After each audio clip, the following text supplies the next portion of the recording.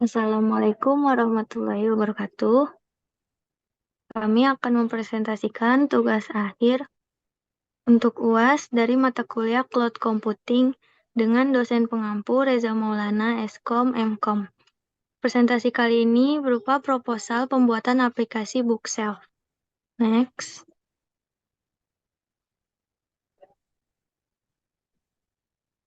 Kelompok kami beranggotakan Ardita Mutiarani, Muhammad Yahya Ayas, Naila Sofwa, dan Nurul Afida Ramadanti. Next. Pendahuluan akan dijelaskan oleh Naila Sofwa. Latar belakang. Rendahnya minat literasi di Indonesia sudah menjadi permasalahan umum. Indonesia berada di urutan kedua dari bawah soal literasi dunia. Artinya, minat baca di Indonesia sangatlah rendah. Menurut data UNESCO, minat baca masyarakat Indonesia sangat memprihatinkan, hanya 0,001%. Artinya, dari 1.000 orang Indonesia, cuma 1 orang yang rajin membaca. Ada beberapa faktor penyebab kurangnya minat baca di Indonesia, yaitu karena pengaruh lingkungan. Membaca sejak dini tidak dianggap penting, generasi serba instan, dipengaruhi teknologi, buku-buku yang tersedia kurang menarik, hingga tidak adanya kesadaran dalam diri akan membaca. Generasi yang serba instan dan dipengaruhi teknologi seringkali menjadi akar dalam permasalahan ini. Masyarakat yang serba instan akan kesulitan dalam masalah menyimpan buku, dan pada akhirnya menjadi malas dalam membaca. Next. Berdasarkan latar belakang yang dijelaskan sebelumnya yang mempunyai permasalahan, maka kami perlu merumuskan permasalahan di atas secara singkat dan jelas. Adapun permasalahan yang kami rumuskan adalah sebagai berikut. Pertama, rendahnya minat baca di Indonesia. Kedua, sulitnya menyimpan data buku yang sudah dibaca atau belum dibaca. Ketiga, apa saja tantangan yang dihadapi dalam penyimpanan buku digital, seperti masalah keamanan dan privasi data. Next. Oleh karena itu, kami membuat aplikasi yang tujuan utamanya adalah untuk mendorong orang membaca lebih banyak, dengan memberikan kemampuan untuk mendeteksi apakah seseorang telah membaca buku atau tidak. Aplikasi ini dapat menjadi alat motivasi untuk melibatkan pengguna dalam kegiatan membaca. Aplikasi ini dapat membantu pengguna melacak buku-buku yang telah mereka baca, dengan mencatat dan mengingat halaman terakhir yang dibaca. Aplikasi ini juga dapat membantu pengguna mengatur dan melanjutkan bacaan mereka dengan lebih mudah.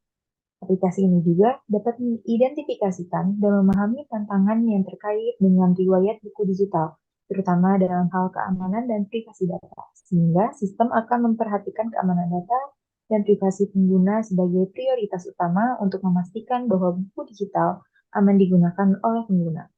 Next. Manfaat aplikasi ini yaitu untuk membangun kebiasaan membaca yang lebih baik, meningkatkan pengetahuan dan pemahaman, serta memberikan pengalaman membaca yang lebih terorganisir dan memuaskan.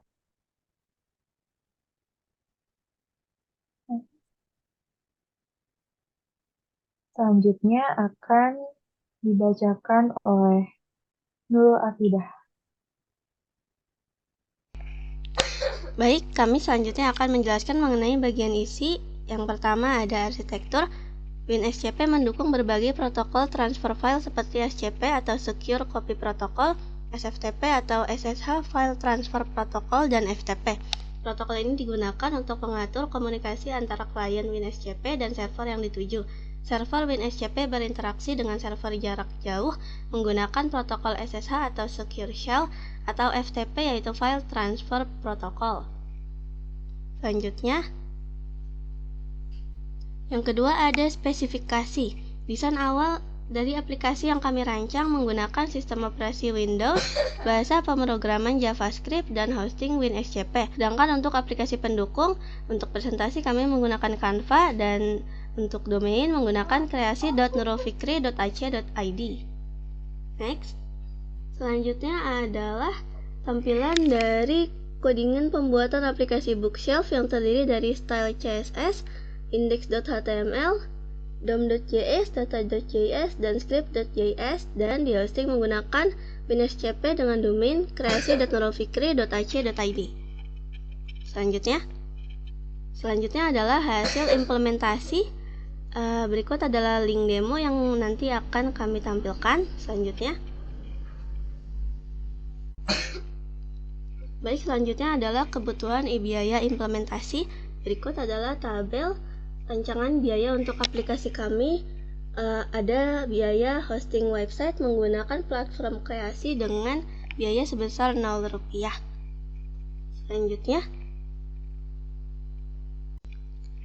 Selanjutnya, adalah saran pengembangan proyek. Kami menyadari website ini masih belum sempurna sepenuhnya. Website ini membutuhkan penelitian dan pengujian lebih lanjut untuk mengetahui umpan balik dari pengguna. Selain itu, website perlu ditingkatkan struktur database-nya sehingga penyimpanan data lebih efektif. Selanjutnya, untuk kesimpulan, saya kembalikan kepada Dita. Baik, jadi kesimpulan yang kami dapatkan dari proyek ini adalah berdasarkan permasalahan rendahnya minat membaca di Indonesia yang dikarenakan oleh generasi yang serba instan, seringkali kesulitan dalam masalah penyimpanan buku, dan pada akhirnya menjadi malas dalam membaca. Kami membuat sebuah proyek aplikasi BookSafe ini bertujuan untuk mendorong orang membaca lebih banyak, dengan memberikan kemampuan untuk mendeteksi dan menyimpan buku yang telah dibaca ataupun belum selesai dibaca. Jadi aplikasi ini dapat menjadi alat motivasi untuk melibatkan pengguna dalam kegiatan membaca. Next. Sebelumnya ada presentasi demo yang akan didemokan oleh Yahya Ayas. Baik, saya akan mendemokan sedikit tentang aplikasi. Saya di sini akan mendemonstrasikan aplikasi atau web dari BookShelf ini.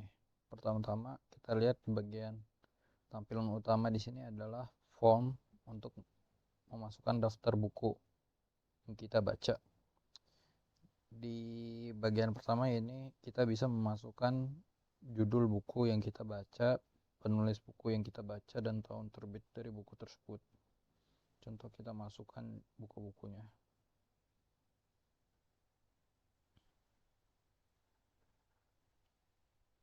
Setelah kita masukkan judul buku, penulis, dan tahun terbit, kita bisa lihat di sini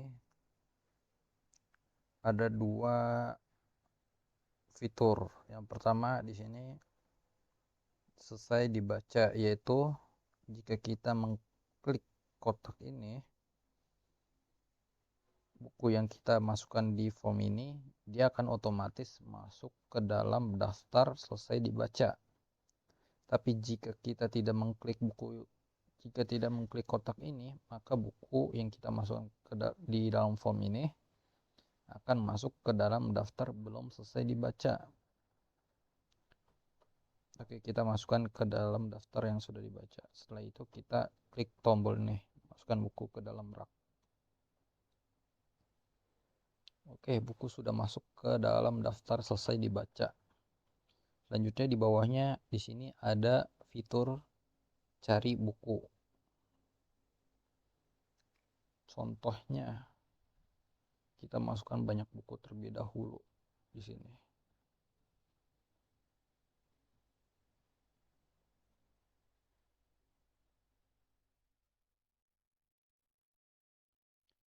Lihat di sini sudah banyak jenis buku yang kita buat untuk menjadi contoh. Anda tidak perlu ribet-ribet scroll ke bawah atau ke atas untuk mencari buku yang Anda ingin cari.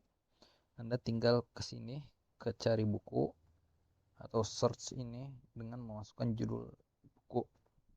Kita masukkan judulnya itu buku cerita.